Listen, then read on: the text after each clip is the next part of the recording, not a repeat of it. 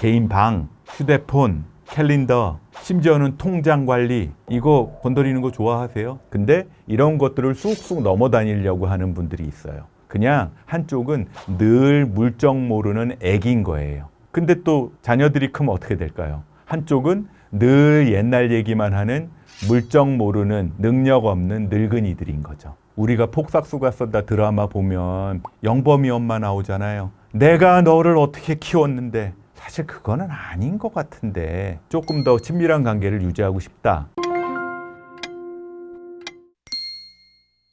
안녕하세요. 마음정비소에 잘 오셨습니다. 저는 정신과 의사 한창수입니다. 마음정비소 일을 대학병원에서 하고 있고요. 오늘 오신 여러분들하고 재밌는 얘기 좀 해보겠습니다. 부모와 자녀 사이가 좀 유독 안 좋거나 같이 있으면 좀 불편해하는 가족들이 있는데, 그런 가족들의 특징 혹은 공통점이 좀 있을까요? 그런 얘기 참 이게 쉽게 하기가 힘든 게, 저희 집도 걸리는 것도 좀 있고, 이게 또 자녀들 나이대에 따라서 좀 다르거든요. 자녀들이 좀 어리거나 또는 그냥 청년기이거나 또는 자녀들이 출가해서 자기 가족들이 있을 때 가족 관계가 또 좀 다르기 때문에 그런데, 일반적으로 말씀을 드리면 이렇습니다. 이런 가족들은요, 서로 가족 간에 경계가 없어요. 바운더리가 없는 거죠. 아무 때나 쑥쑥 들어가. 그리고 서로 바뀌지 않는 사람으로 그냥 놔두는 거예요. 바뀌지 않는다는 건 뭐냐 하면, 아들이 40살이 넘었는데 또는 30살이 넘었는데 그냥 8살 때 개야. 엄마는 50살이 넘었는데 그냥 나 30살 때 나 힘 좋을 때 내가 안고 다니던 4살짜리 딸이랑 얘기하는 거야. 그냥 개인 방, 휴대폰, 캘린더, 심지어는 통장 관리, 이거 건드리는 거 좋아하세요? 20살만 넘어도, 아니 20살이 뭐야, 13살만 넘어도 건드리는 거 싫어하는데. 근데 이런 것들을 쑥쑥 넘어다니려고 하는 분들이 있어요. 또 이런 분들은요, 감정 표현이 서로 굉장히 많아요. 근데 그 감정 표현이 좋은 쪽에 공감을 하는 게 아니라, 그리고 그 사람을 인정해 주는 게 아니라 그냥 기분 좋은 거 나쁜 거, 다시 얘기하면 그 사람 상대방 위주의 감정 표현이 아니라 나 위주의 감정 표현이 많은 게 특징입니다. 화나면 화나는 대로, 삐치면 삐치는 대로, 섭섭하면 섭섭한 대로. 세 번째 특징은 그 감정을 가족을 성인으로 존중을 하지 않아요. 그냥 한쪽은 늘 물정 모르는 애기인 거예요. 근데 또 자녀들이 크면 어떻게 될까요? 한쪽은 늘 옛날 얘기만 하는 물정 모르는 능력 없는 늙은이들인 거죠. 그러니까 막 같이 있으면 불편하죠. 그리고 또 이런 가족의 또 다른 특징은요, 서로가 서로한테 많이 바래요. 우리가 폭삭수가 쏜다 드라마 보면서 눈물 흘렸던 분들 굉장히 많으시다 그러던데, 영범이 엄마 나오잖아요. 내가 너를 어떻게 키웠는데, 너는 나의 성적표고 너는 나의 다이아몬드고, 올리완이야. 남편도 아니야. 그냥 아들한테만. 그건 무슨 얘기야? 페이백하란 얘기잖아요. 내가 너한테 해준 것처럼 너도 나한테 해내라라는 거예요. 부모들 중에 보면, 저한테 다니시는 분들 중에 보면 자녀들 키우고 학비 대고 그러느라고 내가 고생을 했는데 자식들이 자기한테 그만큼 안 해준다고 화병난 분들이 종종 있어요. 사실 그거는 아닌 것 같은데, 그런 것 때문에도 가족 관계가 나빠지는 분들이 많거든요. 이게 또 자식들한테 이제는 좀 30 다 됐으면, 20대 중반이 넘어갔으면 그 정도는 좀 알아서 했으면 좋겠는데 하는 것들이 있는데, 회사나 친구들 사이에는 어때요? 이걸 얘기를 할 거 아니에요. 너한테 바라는 건 이런 거다라고. 계약을 하는 것까지는 아니더라도. 근데 가족 간에는 이거를 그냥 말 안 하고 그냥 기대만 해요. 말 안 해도 알 것처럼. 전문 용어로는 묵시적 기대라고 얘기를 하잖아요. 암묵적 기대.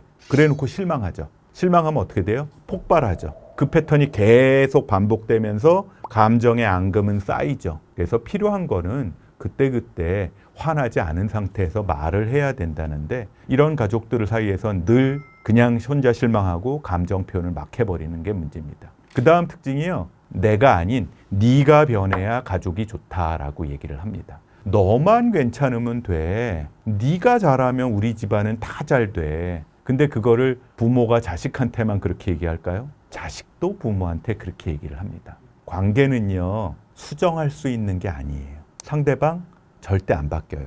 당신 엄마, 당신 아들 절대 안 바뀌어요. 서로 안 바뀌는 상태에서 적당히 조율하는 겁니다. 서로 맞출 수 있는 수준까지 맞추기로 협상하는 거예요.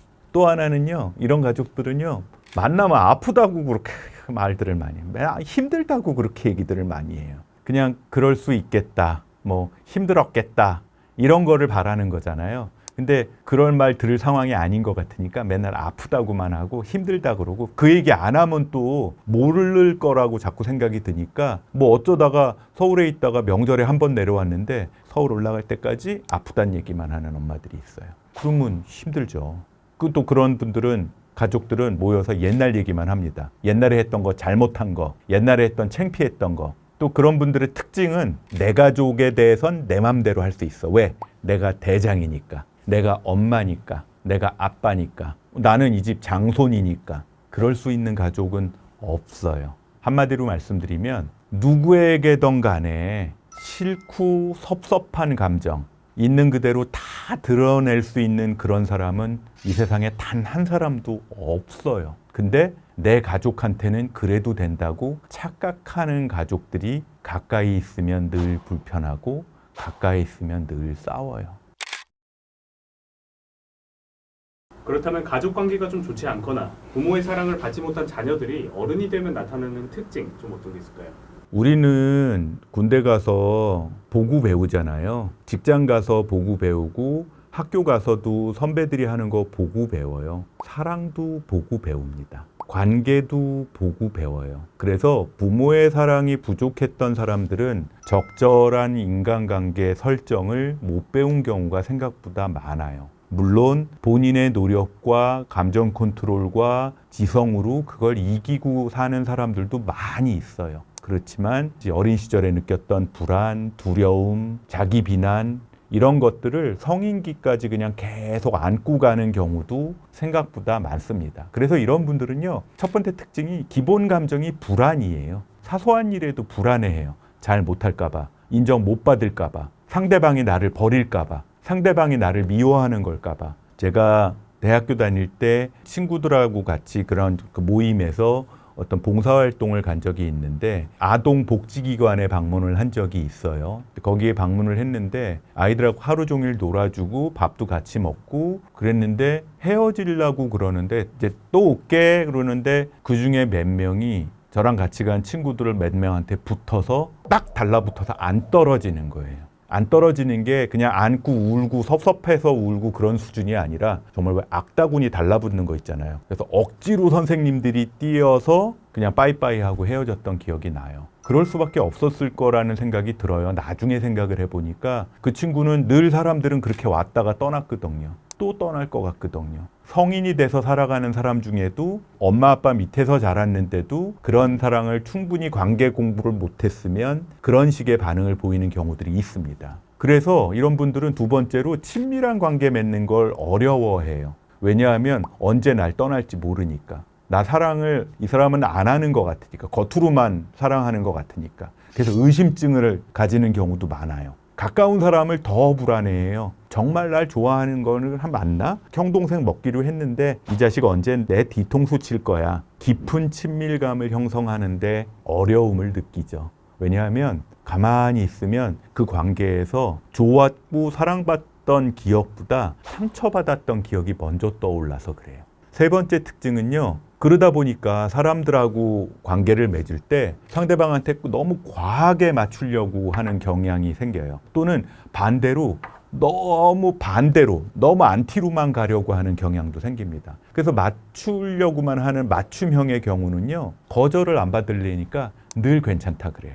내가 잘할 수 있다 그래요. 그리고 나는 상관없다고 얘기해요. 속으로는 안 그러면서. 그러면은 참다가 감정적으로 번아웃 되거나 우울증 빠지거나 근데 대부분 우울증까지는 안 빠지니까 울분증에 빠져요. 울분이라는 게 뭐냐면 마음 한 구석에 앙심을 품는 거죠. 살생부에 마음속 살생부에 이름 적어놓고 가는 거예요. 자기가 다 괜찮다 그래 놓고 그런 마음을 먹는 게 맞춤형이고요. 방어형으로 가는 사람들은 상처를 입기가 싫으니까 이제 사람들을 안 만나는 거예요. 그 사람들이 가까이 올라 그러면 아예 그냥 밀쳐내는 거죠, 스스로. 그러니까 대인관계 거리가 보통 사람마다 8하나 거리라고 얘기를 하는데 생리적으로는 생태학적으로. 근데 이런 사람들은 그게 더 멀어요. 둘이서 밥 먹는 것도 싫어해. 왜냐하면 그런 관계 불편하거든.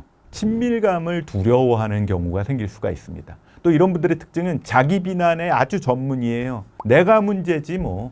그거 다 내가 부족해서 그렇지. 칭찬을 받아도요, 잘 안 믿어요. 부정적인 피드백이 아주 잘 만들어져 있기 때문에 자존감이 낮다는 말로는 조금 부족하고 자기 존재감 자체를 잘 인정 안 하는 스타일인 거예요. 이게 정신분석적으로는 긍정적인 인간관계, 이걸 이제 긍정적인 미러링이라고 얘기하거든요. 나의 모습을 엄마나 믿을 수 있는 친밀한 사람이 나를 비춰주는 거. 비춰주는 게 이제 거울 반사니까 미러링이잖아요. 그런 긍정적인 미러링이 부족해서 나타나는 거다라고 얘기를 하는 경우도 있습니다. 마지막 특징이 크게 문제는 안 생기고 인생을 잘 살아가고 있는데 그런대로 사랑을 받는다든지 사랑을 표현하는 거에 되게 어색해해요. 사랑을 많이 받은 사람들이 사랑도 잘하거든요. 왜냐면 방법을 아니까. 그리고 사랑 받는 것도 잘 받아요. 받을 줄 아니까. 근데 그렇지 않았던 사람들은 감정 표현이 되게 서투릅니다. 그리고 상대방의 감정 해석이 잘 어려워. 이게 좋다는 건지 뭐 하는 건지. 왜 그 외국 영화 중에 어카운턴트 푸파파 영화 보셨죠? 주인공이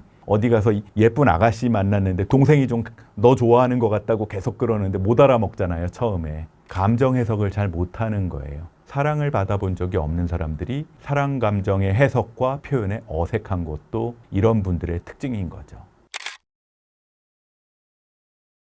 그렇다면 성인이 된 자녀와 부모가 서로가 좀 잘 지내려면 어떻게 하는 게 좋을까요? 글쎄요. 만약에 관계가 이미 많이 망가져서 이미 성인이 됐고 많이 망가졌으면 그냥 적당히 떨어져서 사는 게 제일 좋은 것 같아요, 사실은. 근데 자녀 입장 또는 부모 입장을 따로 좀 말씀을 좀 드려볼게요. 조금 더 친밀한 관계를 유지하고 싶다. 그러면 자녀 입장에서 부모와 잘 지내기 위한 방법이 몇 가지 있을 것 같아요. 부모도 또 하나의 성인으로 바라보세요. 부모는 완벽하지 않거든요. 나한테 내가 원하는 거 다 해줄 수 없고요. 늘 너그럽고 늘 받아들일 수 있는 그런 성인이 아니에요. 질투 많고요. 원하는 거 많고 욕심 많고 먹고 싶은 거 많은 그저 하나의 인간이라고 생각하세요. 그들도 실수를 많이 해요. 그리고 외로워해요. 부모는 나를 핍박하고 감독하는 사람이 아니고 그냥 같은 성인이다. 어쩌다가 내 부모가 됐으니까 나한테 이러는구나 라는 생각으로 바라볼 수가 있어요. 두 번째, 경계를 정하세요. 부모는 그걸 아직 못할 수가 있는데 나부터 이거는 마이 바운더리입니다. 이건 내 방식이에요. 네, 어머니 아버님 의견 고맙습니다. 근데 이건 내가 알아서 할게요. 그냥 그 전에 했던 것처럼 아이 말도 많고 이건 내가 알아서 할래요. 나가버리지 말고 이거는 싸우자는 거니까. 감사합니다. 의견은 그런데 이미 그렇게 시작했어요. 한마디로 정리하면 이거는 내 방식대로 하겠다는 말을 정중하고 부드럽게 그렇지만 단호하게 하라는 얘기입니다. 세 번째는요. 감정 쌓아두지 마세요. 감정 쌓아두면 언젠가 폭발해요. 왜냐하면 나도 자녀들도 집에 가면 전두엽이 꺼지니까 긴장이 풀리니까. 감정은요. 긴 설명하지 마시고 그 순간에 그 말은 조금 섭섭하네. 왜 그 명절 때 서로 사이 안 좋은 텐션이 좀 있는 시누이들 고모랑 뭐 이모랑 엄마랑 얘기할 때 보면 그런 얘기 안 하나요? 같이 김장하면서 그런 말 들으면 약간 섭섭하고 긴장 올라오지 그러면서 왜 우스갯소리처럼 말 받아치는 경우들 있잖아요. 그런 방식도 괜찮습니다. 좀 더 진지한 아들이라면 진지한 따님이시라면 네. 그 말은 지금 내가 조금 정리할 시간이 필요해요. 내 맘에는 안 든다는 말을 심플하게 표현하고 지나가란 얘기예요. 그 말의 이면에는 화는 내지 말라는 얘기예요. 화내면 어떻게 되냐? 상대방, 즉 부모가 화낼 핑계를 주기 때문에 그래요. 두 번째, 만약에 부모다 내가 25세 이상의 성인 자녀랑 잘 지내려면 이렇게 하세요. 조언하지 마세요. 그 전에 끝냈어야 돼요. 18살 전에 끝냈어야 돼, 조언은. 그 이후로는 존중해야 됩니다. 성인 자녀는요, 늘 존중받지 못하다는 걸 느끼는 순간 대들어요. 그 순간 충돌을 하기 시작합니다. 차라리 정하고 싶어 못 참겠으면 너는 어떻게 생각하니? 나는 이렇게 생각해는 절대 얘기하지 마세요. 마음에 안 드는 말 했으면 그냥 물 한 잔 마시세요. 두 번째, 간섭하지 마세요. 관심만 보여주세요. 관심 안 보여도 자녀들은 섭섭해해요. 내가 하는 일이 있는데. 간섭은 이런 겁니다. 야, 그건 하지 마라. 그거 하다 망한대더라. 그건 이렇게 해라. 아니면 그거 하지 마. 이거 해. 유튜브 하지 마. 인스타 하래더라, 요새는. 그런 건 간섭이고요. 관심은 이런 겁니다. 야, 요즘은 그쪽은 어떻게 돌아가니? 요즘은 어떻게 사니? 뭐 이거죠. 세 번째, 명령하지 마세요. 부탁하세요. 야, 나 서울 올라왔을 때 어디까지 나와가지고 나를 좀 픽업해. 그럴 수 있니? 청유형이라는 말 국어 시간에 배운 적 있으시잖아요. 부탁을 해야 됩니다. 내 부하 직원한테 부탁하듯이 자녀한테도 부탁을 해야 돼요. 네 번째는요. 부모님은요. 자기 인생에 집중하세요. 자녀들은 어떤 부모를 제일 좋아하냐 하면 내 인생 알아서 잘 사는 부모를 좋아합니다.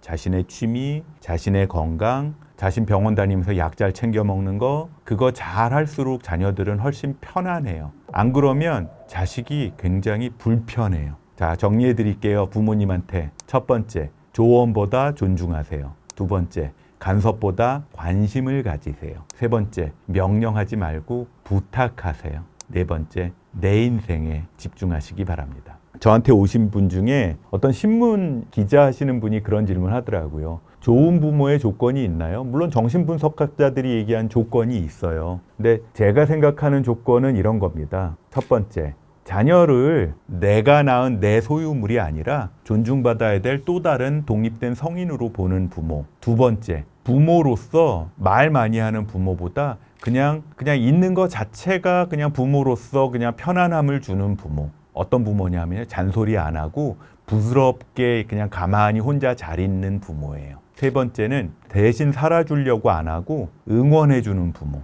가로치고 너의 선택을 믿는다죠. 이거 자식들한테 엄청난 책임감과 용기를 주는 말이거든요. 네 번째, 이거 제일 중요합니다. 담례 원하지 마세요. 내가 너를 어떻게 키웠는데 너는 나한테 이럴 수가 있어? 그거 담례예요. 내가 그 자녀한테 해준 건 자녀가 나한테 선물로 왔기 때문에 자녀가 성인이 될 때까지 나의 책임으로서 먹이고 입히고 가르친 거예요. 그거는 내가 할 일이었어요.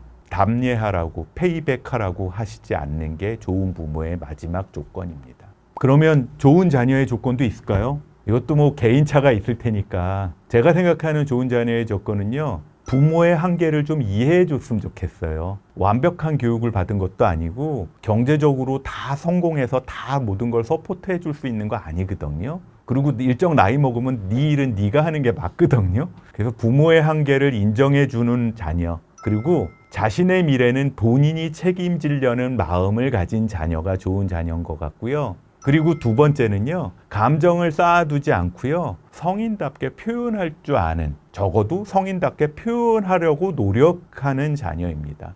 표현 자체가 성숙해야 관계의 질이 높아진대잖아요. 왜 우리가 초등학교 3학년 때 엄마한테 엄마 때문에 내가 지각했잖아 이러는 거랑 25 청년이 엄마가 안 깨워줘서 내가 오늘 직장 가서 과장님한테 깨졌잖아 이거랑은 얘기가 좀 다르잖아요. 떼쓰거나 화를 내는 건 아기 때 하는 방식이고요. 성인 때는 부모한테 우리 부장님, 김 부장님한테 얘기하시듯이 하세요. 김 부장님한테 단호하게 얘기할 때 예의 지키시잖아요. 엄마한테, 아빠한테도 마찬가지입니다. 세 번째 특징인데요. 부모의 삶을 인정해 주세요. 그리고 불필요한 기대는 하지 마세요. 집 못 사줘요. 20억 못 줘요. 부모님도 하나의 개인입니다. 자녀가 원하는 대로 다 해주고 싶어요. 그럴 수 있는 능력을 가진 부모들은 그렇게 많지 않아요. 그걸 인정해 주는 자녀가 좋은 자녀라는 생각이 듭니다. 이 모든 걸 뭉뚱그려서 이걸 못 받아들일 때 마음의 병도 생기고 관계의 병도 생기고 그러는 것 같아요. 한마디로 얘기하면 관계의 핵심은 이건 제가 생각하는 관계의 핵심인데요. 정답은 아닐 수가 있지만 크게 세 가지인 것 같아요. 존중, 경계, 바운더리. 세 번째가 적절한 표현. 서로 국경 마주대고 있는 이웃나라처럼 친한 이웃나라처럼 적절한 거리 띄우지만 우리 세관, 패스포드 여권 검사는 하잖아요. 적절한 거리에서 서로 존중하고 부모 자녀 간의 대화 사이도 마치 외교관들이 얘기하는 것처럼 너무 심한 말 하지 않고 들으면 기분 좋은 말 중심으로 하는 관계가 건강한 성인 자녀와 성인 부모라는 거를 생각해 보면 어떨까 싶습니다.